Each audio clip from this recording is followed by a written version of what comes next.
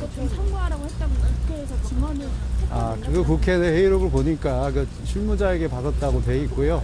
대통령은 실제 그 문건을 본 적이 없다고 하고 아마 그 부분은 23일 날 김용현 국방부 장관 증인 신청을 해놨으니까 거기서 실체 관계가 드러날 거라고 봅니다.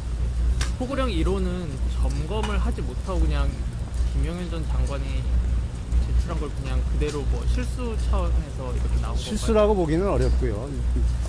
나중에 재판을 통해서 충분히 의견을 얘기하겠지만 비상계엄에 따른 포고령은 형식상 반드시 갖추어져야 되는 것이고 이 비상계엄이 갖는 성격에 맞추어서 준비하다 보니 제대로 치밀하게 검토가 돼서 실행계획까지 실행 의사를 갖춘 그런 포고령이라고 보기는 어렵다는 겁니다. 유연성을 인정하시나요?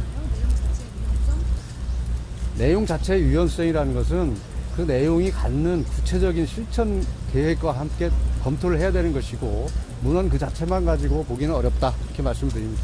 계엄 활동을 금지한다고 나와 있는데 위헌이 아니라는 게 있어요. 그게 유연이라고 보시는 근거는 뭔가요? 헌법에 나와 있거든요. 거기에 깊은 뜻이 담겨 있다는 것을 나중에 헌법재판에서 밝힐 것이고 그때 물어보세요. 그럼 그때 설명이 되고 해석이 될 겁니다. 개헌 절차 과정에서 부실했다는 부분이 인정하시는 겁니까? 계엄 절차의 부실 부분도 재판 과정에서 충분히 설명을 할 것이고 그 부분에서 일부 오해가 있는 부분도 이제 해결이 될 거라고 생각을 합니다. 선관위는 스크리닝 차원에서 뭐 지시를 했다고 하는데 실제로 문제가 있으면 뭐 수사기관에서 수사를 의뢰할 수 있는데 왜 그런 식으로 하시려고 하시나요? 선거 관련해서는 선거 관리 시스템이 제대로 작동되는지에 대한 여러 가지 점검이 있었는데 거기에 많은 문제점이 있다는 게 밝혀진 것이고 그리고 선거 부정선거냐 선거 부정이냐 하는 데서도 너무나 오랫동안 많은 논란이 있었습니다. 그런데 그것이 제대로 해결이 되지 않고 해소가 되지 않고 지속적으로 문제가 제기되고 있으니 차제에 점검을 해서 이런 국민 분열도 막고 선거라는 것이 어떤 민주주의의 근간을 이루는 제도 아니겠습니까? 그래서 공정성을 확보한다는 차원에서 대통령 입장에서는 해결하고 싶었고 그것의 방안으로 점검을 하려고 했던 것 뿐입니다. 근데 꼭 군이 투입됐어야만 점검을 할 수 있나요? 비상계엄을 선포하니까 군이 갔던 것이고 지금까지 법의 테두리 내에서 해결하려고 했던 부분들이 부족했던 부분들이 있었고 실제 해결이 안 됐던 부분들에 대해서 아쉬움을 갖고 있었다고 말씀을 드리겠습니다. 포고령 관련해서 김용현 장관은 본인은 초안만 쓰고 대통령이 법정까지 찾아오면서 검토했다고 하는데 그러면 그거는 나중에 내가 처음 듣는 얘기인데 그 다음 증인신문에서 밝혀질 겁니다. 대통령이 장관이 이제 증인신문 나오게 되시면 대통령과 같이 마주하게 되는데 그때 아무런 영향이 아무리 발언처럼 없을 거라고 생각하실까요? 대통령도 대통령이지만 김용현 장관도 국방부 장관을 할 정도의 인물입니다. 그리고 계엄에 어떤 깊숙이 개입했던 장관의 입장에서 아무리 대통령의 앞이라도 소신껏 발언할 수 있는 그런 인물이라고 저는 평가를 합니다.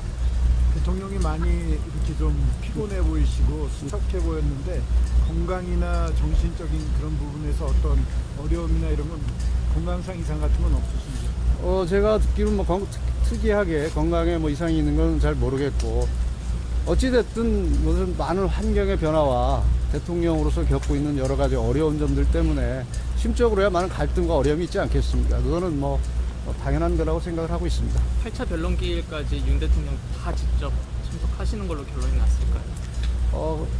지금 당장은 지금 현재로서는 가능하면 출석하신다는 것이고 특별한 변수가 없으면 아마 출석을 하실 겁니다.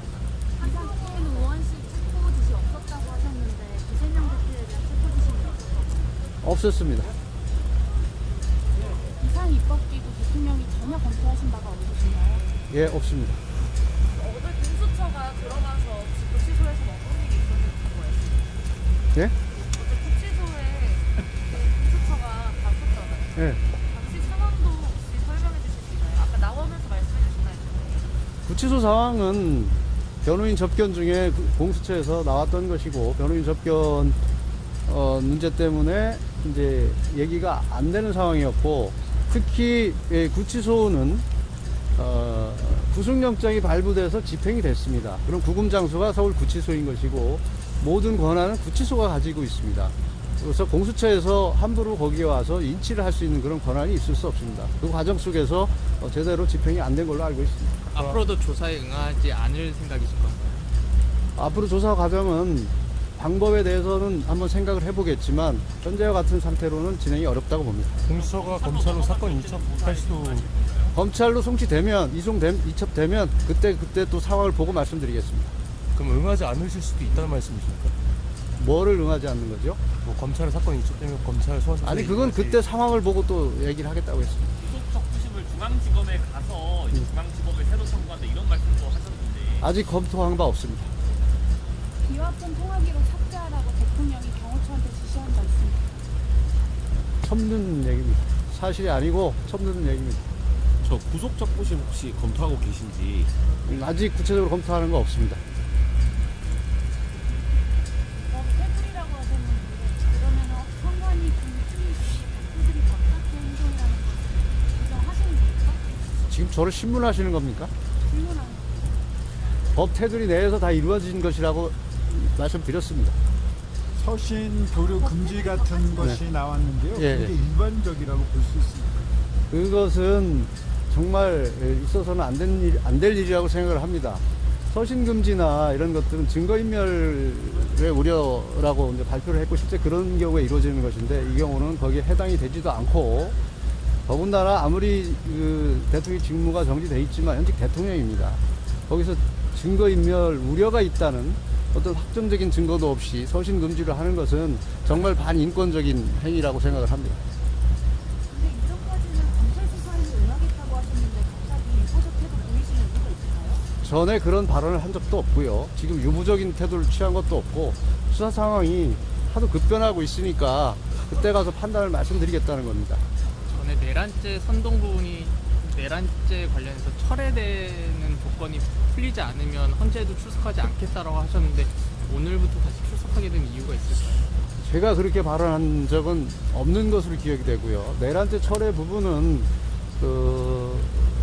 어쨌든 소추주권 내에 엄청난 변화가 있는 겁니다. 저희들이 분석한 바는 80%가 빠졌다고 보기 때문에 그것을 헌재에서 정리해 주기를 바랬고 적법 절차로 따지면 이건 각하사유에 해당할 뿐만 아니라 다시 이 탄핵을 추진하려면 국회 재의결이 있어야 된다는 것이 저희 입장인데 어찌됐든 헌재에서 진행이 되고 있는 상황에서 법적 대응을 할 수밖에 없다는 판단, 현실적 판단에 따른 겁니다.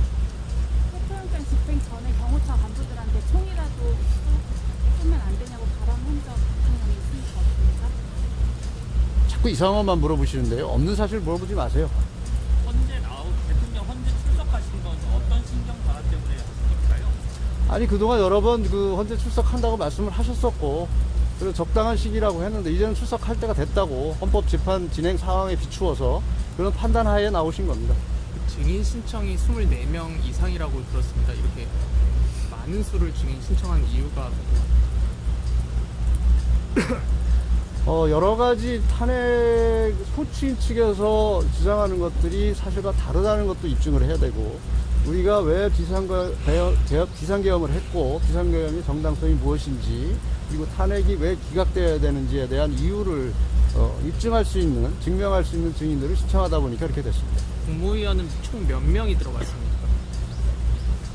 증인에 포함된 건 아닙니까? 지금 명단을 제가 일일이 다 기억을 하지 못해서 말씀드리진 못하겠지만 국무위원 숫자가 그렇게 많지 않습니다. 오늘 재판부가 윤 대통령한테 질문한 거 있잖아요. 각본분하고 그 이주인을 사용할 때 문이라도 그쪽에 들어가서 의원도 끝으로 내라 했냐 안 했냐 했을 때 안 했다고 대통령이 답변하셨는데 그러면 사령관들이 거짓말을 하고 있다라고 그럼 질문하시는 분은 그게 사실이라는 전제에 저한테 물어보시는 겁니까? 그런 진술이 있었다면 사실이지 않습니까? 그러니까 그게 사실이라고 전제하고 물어보시는 겁니까? 그냥 질문이 있으니까 물어보시는 겁니까? 오늘 재판부가 그 질문했기 때문에 그거에 대해서 그 의미 저는 대통령을 믿습니다. 아니라고 했으면 아니라고 믿습니다. 변호사님 김영현 장관이 후보 영입과 대통령의 지침이라고 여러 번 확인했었는데 오늘은 이게 실제 실행 계획까지는 없었다고 말씀하시거든요.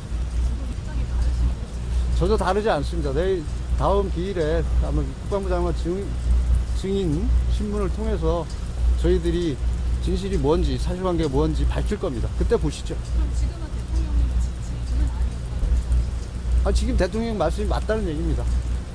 그것도 지금 뭐가 김용현 장관하고 입장이 좀 다른 것처럼 말씀하시니까 전혀 다르지 않다는 게 아마 증인 신문을 통해서 나타날 거라는 것을 미리 말씀드리는 겁니다. 실행 계획이 없었다고 했잖아요. 네.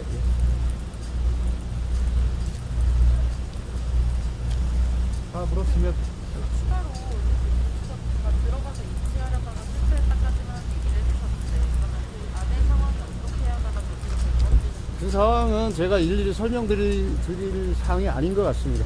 공수처 측에 물어보세요. 저는 변호인 접견을 했던 거고 그 상황에서 그런 상황이 벌어졌다는 거 이상은 뭐 제가 말씀드릴 사항은 아닌 것 같습니다. 그러면은 뭐 지금 어쨌든 계획이 없다고는 얘기를 해주셨는데 수사기관에 출석하실지 여부에 대해서 검토 중이신 건지 현재로서는 없습니다. 변호인 접견을 하시는 가운데 그게 중단이 된 건가요? 아니 접견은 계속 이어졌죠. 예. 접견이 이제 방해가 된 거죠. 사보지마 폭력 사태 관련해서 변호인단이 사법 체계를 전면 부정한 게 영향을 미친 거 아니냐는 사법 체계를 부정한 적이 없고요. 잘못된 절차나 잘못된 결정에 대해서 충분히 변호인으로서는 이의 제기를 할 수 있습니다. 절대적 무리의 판결이라는 것은 없습니다. 사법 결정은 없습니다. 거기에 대해서 변호인으로서 법리적인 문제, 사실관계 문제, 그리고 법조인으로서 충분히 문제 제기를 할 수 있습니다. 그럼 탄핵 심판에서 윤 대통령 측의 이의 신청이나 이의 신청 등이 제대로 받아들여지지 않으면 비슷한 메시지가 또 나올 가능성이 높은가요? 무효다. 그게 이제 무슨 문제냐에 따라서 다르겠죠. 경미하냐, 중하냐, 또 그게 어떤 배경에서 나왔느냐에 따라서 다르게 나가겠죠. 국회 측에서는 헌재도 위험하다. 폭동이 또 일어날 수 있다. 걱정을 하는 메시지가 그 메시지 자체가 폭동을 조장하는 것 같습니다. 혹시 대리인단에서는 윤 대통령 1차 구속 기한 언제까지로 보고 계신가요? 1차 구속 20일이 전체 구속기한이 20일이지 않습니까? 뭐 그렇게만 보고 있습니다. 통보받거나 전달받은 건 없단 말이에요. 예. 그 석도현 변호사님이 저항권 말씀하신 건지 부적절하다고 보진 않으시는지 그런 발언을 했는지도 제가 잘 모르겠고요. 저항권을 어떤 의미로 얘기했는지 모르기 때문에 제가 언급할 사항은 아니라고 생각합니다. 오늘 혹시 대통령님께서 이 사법부에 대한 그런 이런 거에 대해서 혹시 말씀하신 게 있나요? 마스크 좀 벗고 말씀이 잘 안 들려요. 입장문 내셨던 것 외에 네. 혹시 대통령님께서 그 서부지법에서 있었던 폭력 사태에 대해서는 따로 말씀하신 게 네, 오늘은 말씀하신 거 없습니다.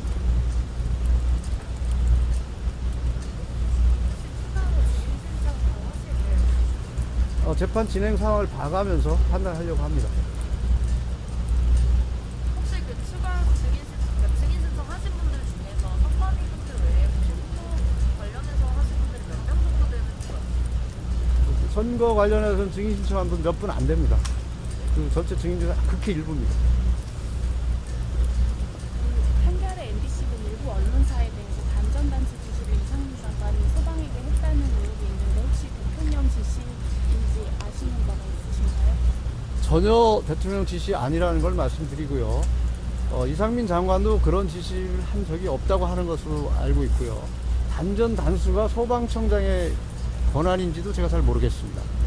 그래서 전반적으로 그 상황에 대해서는 전혀 확인된 바가 없습니다.